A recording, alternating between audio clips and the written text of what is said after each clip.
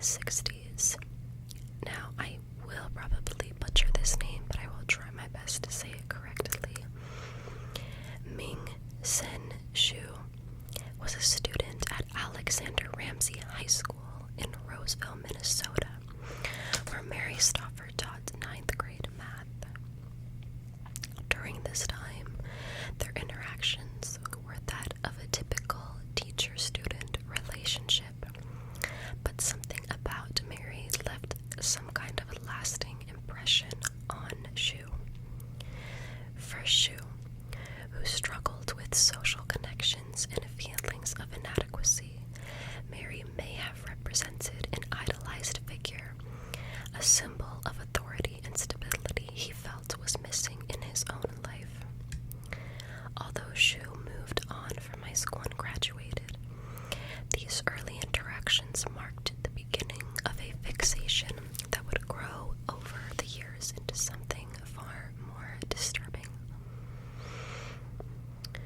As the time passed, Shu's thoughts about Mary intensified, evolving from a mere recollection of a former teacher into an unhealthy obsession. By the late 1970s, more than a decade after their initial encounter, Shu began actively seeking out information about Mary.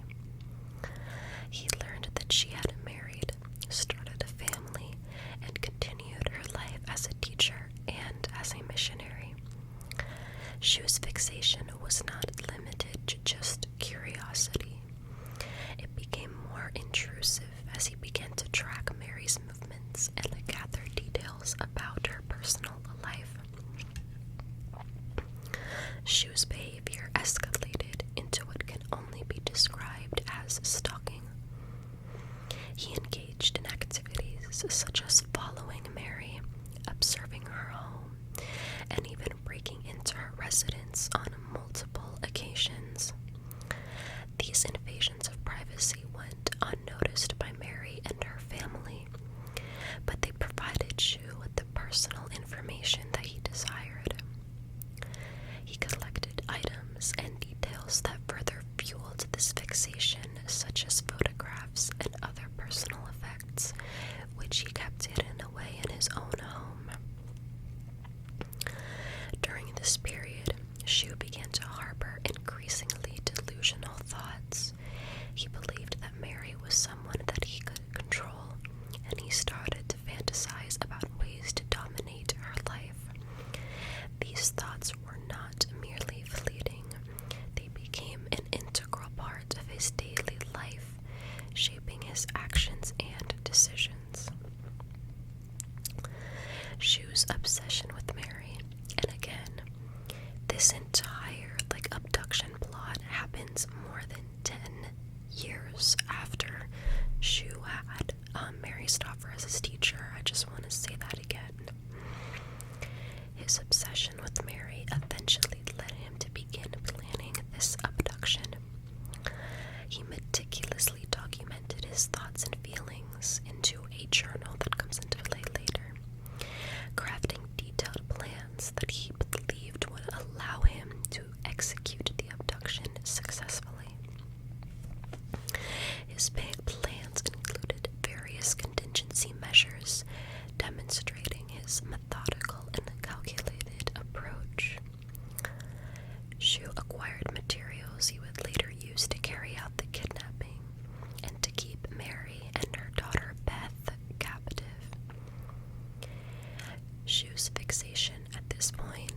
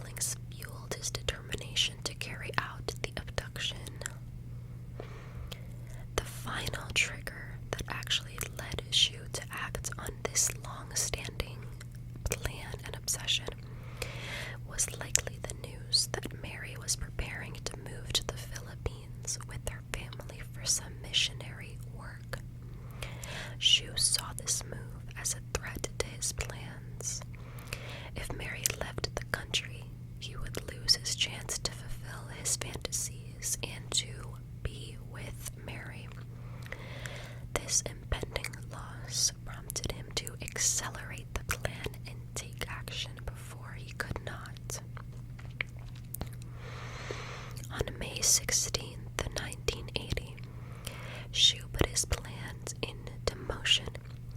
Armed with the knowledge that he had gathered over the years, he approached Mary and her 8-year-old daughter Beth as they were leaving a beauty salon in Roseville, Minnesota. Shu then forced them into a car at gunpoint and drove them to a remote location, where he switched vehicles and transported them to his home. Shu's decision to abduct both Mary and Beth was calculated. By taking Beth along with her mother, Shu believed that he could further manipulate and control Mary. He used threats against Beth's safety to ensure Mary's compliance, demonstrating the lengths in which he was willing to go to carry out this delusion. Now, the delusion that I am referring to, I'm about to explain a little bit more. To understand the depth of Shu's fixation on Mary, it's essential to consider the psychological factors that fueled this behavior. Shu's obsession was rooted in a combination of unresolved emotional issues from his mother, feelings of inadequacy, and a desire for control. His fixation on Mary became a way for him to assert power and control in a life in which he felt powerless in. These delusions were likely compounded by a sense of entitlement and resentment. He believed that Mary needed someone to have control over her, and her perceived rejection or lack of recognition of these desires only intensified these feelings. This toxic combination of entitlement, resentment, and obsession led Shu down a dangerous path that led to this abduction.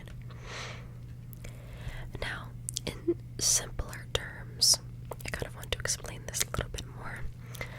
Shu later described how he felt that Mary was almost like his girlfriend. He had this delusion that they were in a relationship, which a lot of stalkers, which he was, tend to believe that they are in a romantic relationship with the person that they are stalking. And Mary's decision to leave to the Philippines was almost this final rejection that he felt was targeted towards him, when in actuality Mary didn't even recognize him when he abducted them.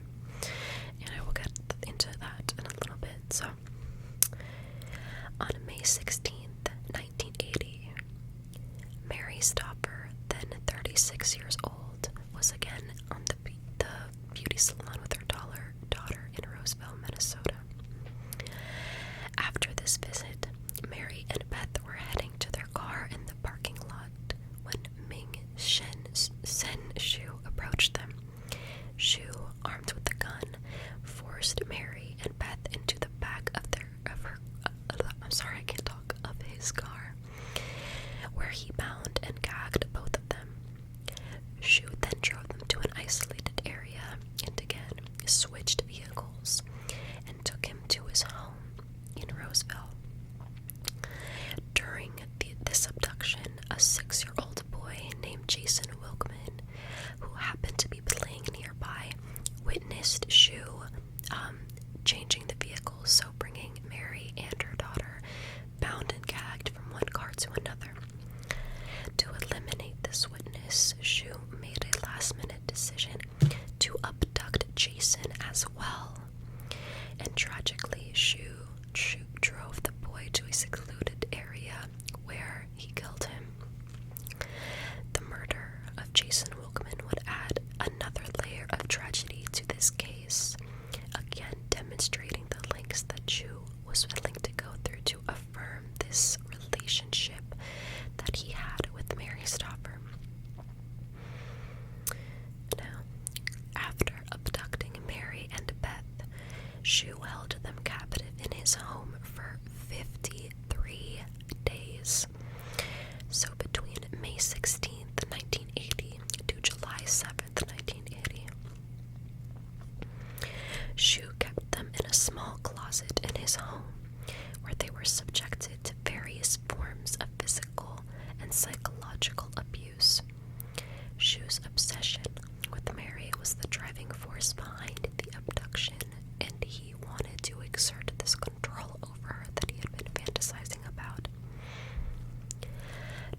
this period, Shu's treatment of Mary was particularly brutal, with repeated essays and threats to both her and her daughter. Shu also forced Mary to record messages to her family, which he later sent to them to demand for ransom money. However, despite these threats, his actual goal was not the money. It was to sort of taunt Mary's husband, because again, he felt that him and Mary were in a relationship. Shu's meticulous planning included soundproofing a closet that he kept both Mary and her daughter in, and taking measures to ensure that they would not escape. He also took precautions to avoid detection, such as moving them between locations in his home and altering his behavior to avoid suspicion from neighbors and authorities. Despite the seemingly hopeless situation, Mary remained strong and resilient, constantly looking for opportunities to escape and protect her daughter. I can't even imagine the mental turmoil that Mary must have been experiencing at this time, and trying to be strong for her daughter. And I can't help but think that she realized that nobody was going to connect the dots between this abduction and a student that she had 10 years ago. As I said, nobody in her family nor Mary actually noticed this stalking behavior, probably because she did not remember Shu. So again, that was probably in the back of her mind, probably in the front of her mind the entire time, which just makes it worse in my opinion, but I digress.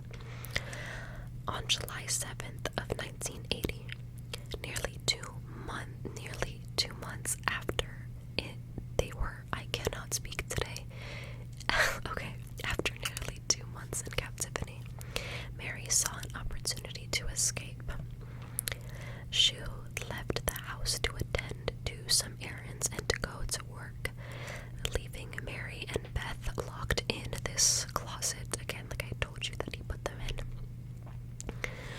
Using a metal rod that she had secretly obtained, Mary was able to pry open the door of the closet.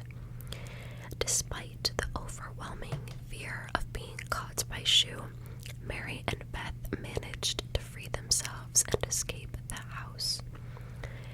They ran to a nearby home where they frantically knocked on the door and begged for help. The homeowners, realizing the gravity of the situation, immediately called the police. Law enforcement officers arrived quickly, and Mary and Beth were finally free from their ordeal. Their escape marked the end of their 53-day captivity and the beginning of the legal pursuit against Ming Sen Shu. The day after Mary and Beth's escape, on July 8th, 1980, law enforcement officers arrested Shu at his home. The police found extensive forensic evidence linking him to the abduction and other criminal activities. Among the items discovered were photographs, recordings, and detailed journals that documented his obsession with Mary and the plans he had to abduct her. Shu was charged with multiple crimes, including kidnapping, SA, and was also charged with the murder of Jason Wilkman. His arrest brought a sense of relief to the community, particularly to those who had followed the case closely. However, the dramatic events had left, of course, a terrible mark on Mary, Beth, and the family of Jason Wilkman. In the months leading up to the trial, the prosecution and defense prepared their cases. The prosecution focused on the, again, overwhelming evidence against Shu, including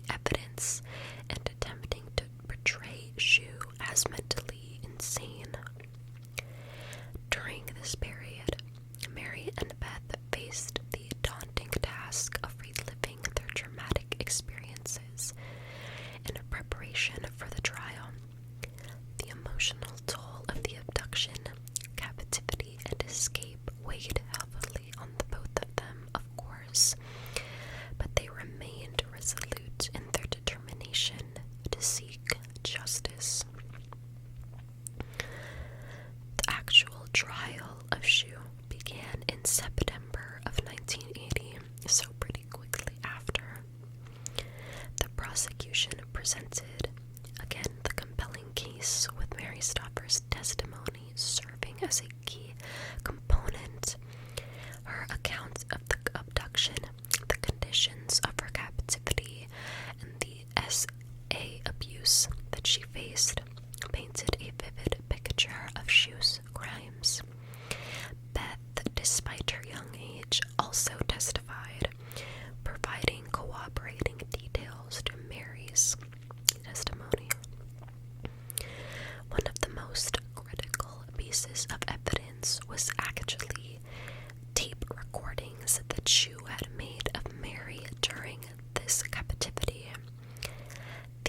In these recordings, in which Shu could be heard threatening and assaulting Mary, were played in court, serving little doubt about his guilt. The prosecution also introduced evidence of Shu's premeditated plans, including the journal that I spoke about earlier. The defense attempted to argue that Shu was not fully responsible of his actions due to mental illness. They called an expert witness to testify about this psychological illness, suggesting that he suffered from obsessive-compulsive disorder and other mental health issues that impaired his judgment. However, the prosecution countered this by emphasizing Shu's calculated and methodical behavior to not get caught, which demonstrated his awareness of right and wrong, which is basically the cornerstone of any insanity plea, is that the person does not know right from wrong. Obviously, he knew that this was wrong because he took insane precautions to make sure that he was not caught, which again just shows sound mind. So, after hearing all of the evidence, the jury reached a verdict. On September 29th of 1980, Ming Sen Shu was found guilty of kidnapping S.A. and the murder of Jason Wilkman. I did forget to mention that the reason they ended up connecting Jason Wilkman's murder, because they did find his body, to Shu was because of Mary, because Mary heard everything that had happened with Jason while she was bound and gagged in the car. The jury's decision reflected the overwhelming evidence of Shu's guilt and the severity of his crimes, and this conviction brought a sense of justice for all of the victims and their families as well. Shu was sentenced to life in prison without the possibility of parole for all of these charges. His incarceration ensured that he would never again be a threat to society. Excuse me. The aftermath of the trial had a profound impact on Mary and Beth Stauffer, as well as the broader community.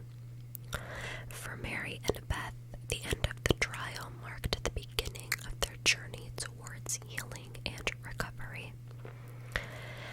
The psychological scars left by their ordeal were deep, and both mother and daughter faced the challenge of rebuilding their lives in the aftermath of such a traumatic experience.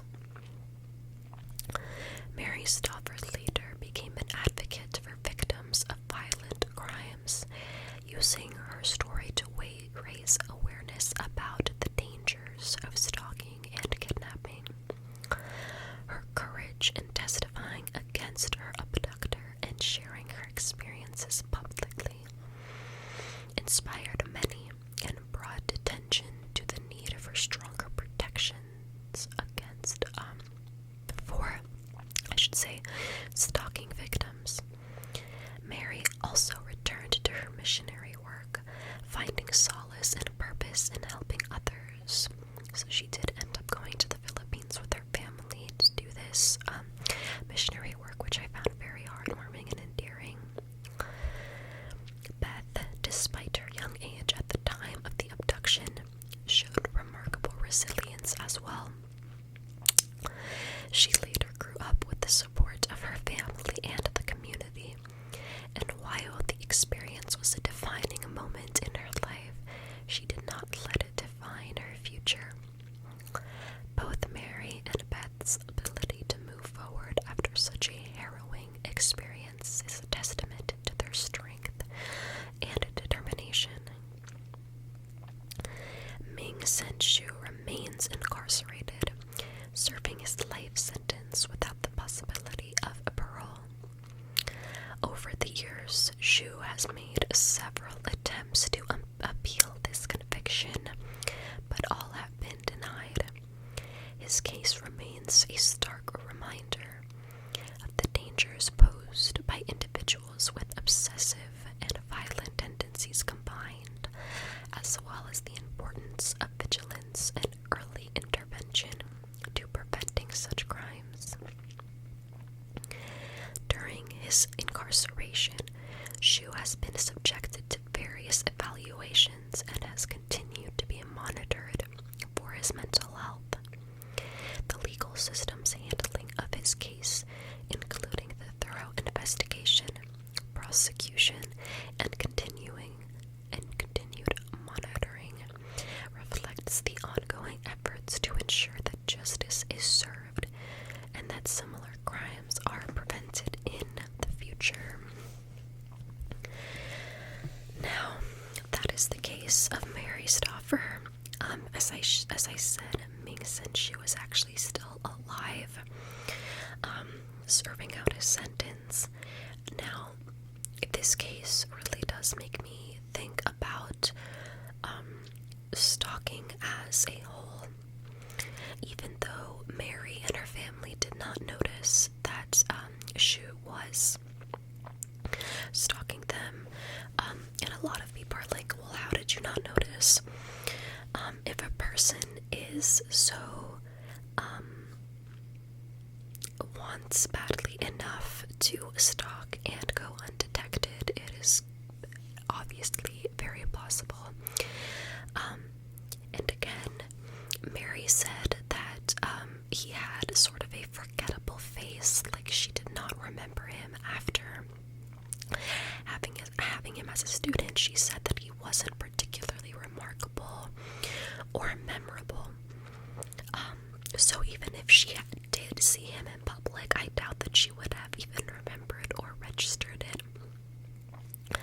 Again, I did read that when Mary was first abducted, she did not recognize Shu at all, and he actually had to keep asking her over and over again, like, you know who I am, who am I, do you know who I am, all these things, and she genuinely didn't know.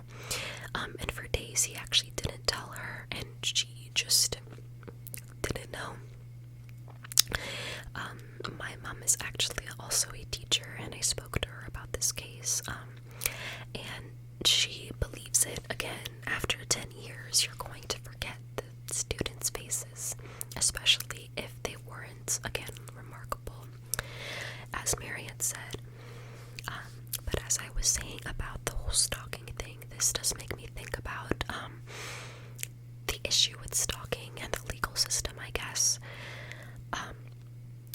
I'm sure that you guys, especially as true crime consumers, have seen cases where a person is being actively stalked and goes to authorities, and authorities can't really do anything about it because a crime hasn't been committed. And more often than not, the stalking does end up escalating, and then that person unfortunately either becomes hurt in some way or killed.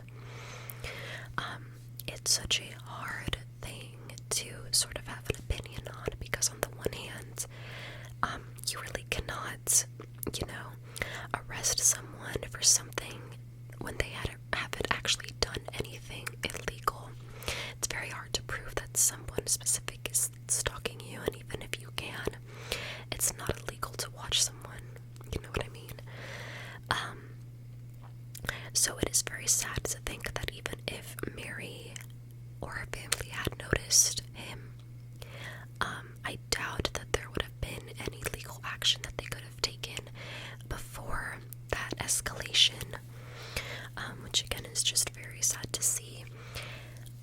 And I honestly don't know how this case hasn't gotten more coverage. I've only seen it on like one podcast, some random podcast on Spotify, which is actually how I heard about it, because this case is absolutely insane, especially the fact that Shu kidnapped not only her but her daughter as well. I just find that insane and sort of unheard of in like the scope of this entire thing.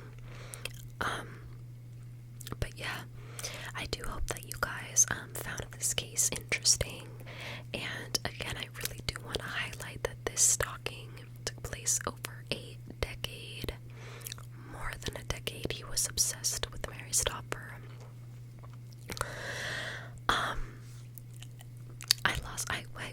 I stopped on my tracks. I got off track. That's what I'm trying to say. But yeah, I hope that you guys found this case interesting and enjoyed this video. And as always, if there is a specific case that you would like me to cover, please comment it down below, and I will try to get to it as soon as I can. And I thought that I would do a case that wasn't as well known today, just to sort of shake things up.